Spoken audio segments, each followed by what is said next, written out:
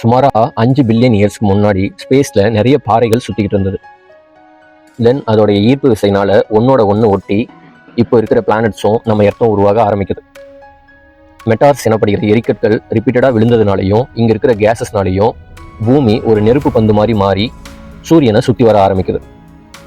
தென் சில பில்லியன் இயர்ஸ்க்கு அப்புறமா கிளைமேட் சேஞ்சினால வாட்டர்ஸ் அண்டு அட்மாஸ்பியரும் உருவாக ஆரம்பிக்குது. எப்போ வாட்டர் உருவாச்சோ அப்போ இருந்தே உயிரினங்கள் வர ஆரம்பிக்குது. அந்த வகையில் porifera, coelenterata, ctenophora, platyhelminthes, aschelminthes, annelida, arthropoda, mollusca, echinodermata, hemichordata, chordata போன்ற அனிமல் கிங்டம்ஸும் algae, bryophytes, pteridophytes, gymnosperms, angiosperms போன்ற பிளான்ட் கிங்டம்ஸும் வர ஆரம்பிக்குது. இதை ஒரு எராவாக பிரித்து சொல்லணும்னா பேலியோஜோயிக், மீசோஜோயிக், சீனோஜோயிக்னு பிரிக்கலாம்.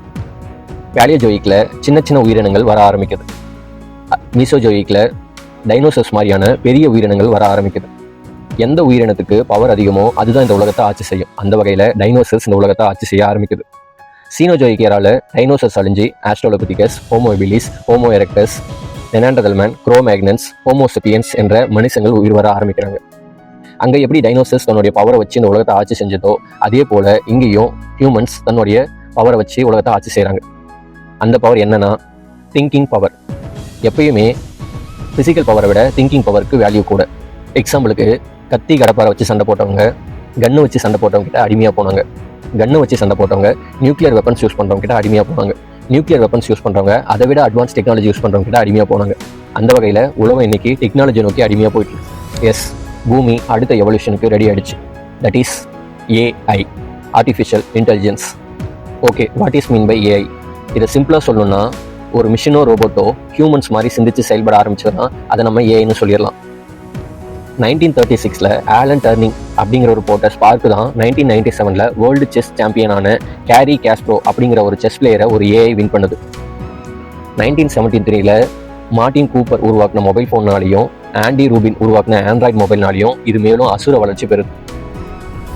முதல்ல இமெயிலை பிரித்து கொடுக்குற வேலையில் வந்த ஏஐ காலப்போக்கில் ஃபேஷியல் ரெகக்னேஷன் டெக்னாலஜிலையும் சிரி, அலெக்சா, கூகுள் அசிஸ்டன்ட் போன்ற நேச்சுரல் லாங்குவேஜ் ப்ராசஸிங்லையும் செல்ஃப் டிரைவிங் கார்ஸ்லையும் இப்போது நமக்கு ஃபோனில் ரெக்கமெண்டேஷன் கொடுக்குற அளவுக்கு இது வளர்ந்துருக்கு.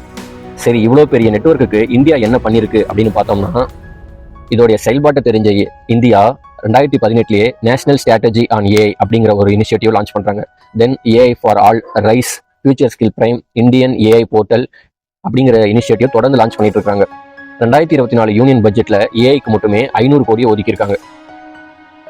நிதி ஆயோக் 2025 ஏஐ மட்டுமே $1 ட்ரில்லியன் எக்கனாமியை கொடுக்க போகுதுன்னு சொல்லியிருக்காங்க. இது எவ்வளோ பெருசுன்னா, நம்ம தமிழ்நாடு 2030 $1 ட்ரில்லியன் எக்கனாமிக்கு நாங்கள் மாறுவோன்றதை இலக்காக வச்சிருப்போம். ஆனால் 2035 ஏஐ மட்டுமே $1 ட்ரில்லியன் எக்கனாமியை கொடுக்க போகுதுன்னா இது எவ்வளோ பெரிய நெட்வொர்க். சரி, இந்த ஏஐ என்னப்பா கம்ப்யூட்டர் ஃபீல்டுக்கும் சாஃப்ட்வேர் ஃபீல்டுக்கு தானே யூஸ் பண்ண போகுது அப்படின்னு நீங்கள் கேட்கலாம். ஆனால் இன்னைக்கு சுப்ரீம் கோர்ட் ஜட்மெண்ட்லேருந்து அக்ரிகல்ச்சர் லேண்ட் வேல்யூமே யூஸ் பண்ண ஆரம்பிச்சிட்டாங்க. சுப்ரீம் கோர்ட்டில் அவங்களோட ஜட்மெண்ட்ஸை ரீஜனல் லாங்குவேஜில் மாற்ற சூபேஸ் அப்படிங்கிற ஒரு ஏஐ தான் யூஸ் பண்ணுறாங்க. இந்தியன் கவர்மெண்ட் பாஷினி அப்படிங்கிற ஒரு ஏஐ யூஸ் பண்ணுறாங்க. அக்ரிகல்ச்சர் லேண்டில் சாயிலில் எவ்வளோ ஹியூமிடிட்டி இருக்குன்னு தெரிஞ்சுக்கிட்டு அதுக்கு தகுந்த மாதிரி வாட்டர் சப்ளை பண்ணுறதுக்காகவும் ட்ரோன்ஸை யூஸ் பண்ணி ஃபெர்டிலைசர்ஸ் தெளிக்கவும் ஒரு ஏஐ சிஸ்டத்தை யூஸ் பண்ண ஆரம்பிச்சிட்டாங்க. இந்த எந்திரன் படத்தில் பார்த்துருப்பீங்க, உலகத்திலேயே முதல்ல ஒரு ரோபோட் பிரசவம் பண்ணுதுன்ட்டு. இதெல்லாம் வரணும்னா இன்னும் நூற்றாண்டுகள் ஆகும் அப்படின்னு நம்ம நினச்சிருப்போம். ஆனால் இன்னைக்கு எஸ்எஸ்ஐ மந்த்ரா அப்படிங்கிற இந்தியாவிலேயே உருவாக்கப்பட்ட ஒரு ரோபோட் சர்ஜரி பண்ணிட்டு இருக்கு.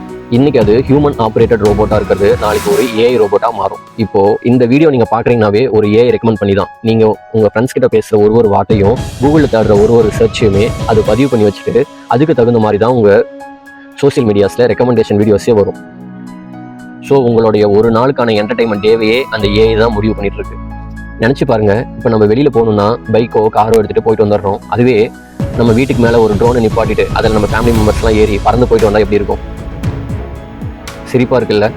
ஆனால் அடுத்த வருஷம் தான் நீங்கள் பார்க்க போகிறீங்க. யூஎஸ் கம்பெனியான ஆர்ச்சர் ஏவியேஷனும் இந்தியன் கவர்மெண்ட்டும் சேர்ந்து டெல்லி டு ஹரியானாக்கு ஃப்ளைட் டாக்ஸி சர்வீஸ் கொடுக்க போகிறாங்க. நாளைக்கு அது டாக்ஸி சர்வீஸாக வர்றது இன்னும் 10 வருஷம் கழிச்சு ஹோம் சர்வீஸாக மாறும்.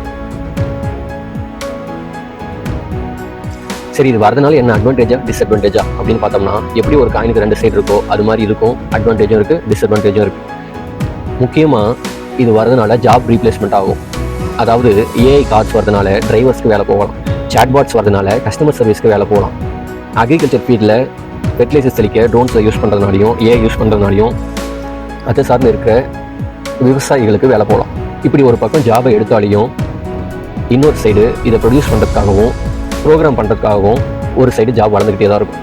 இந்த ஏஐ வரதுனால முக்கியமாக ரிப்பீட்டேட்டிவ் ஜாப்ஸ் வந்து குறையும். ஒரு விஷயத்தை ஸ்பீடாகவும் அக்யூரஸியும் நம்மளால் பண்ணிட முடியும்.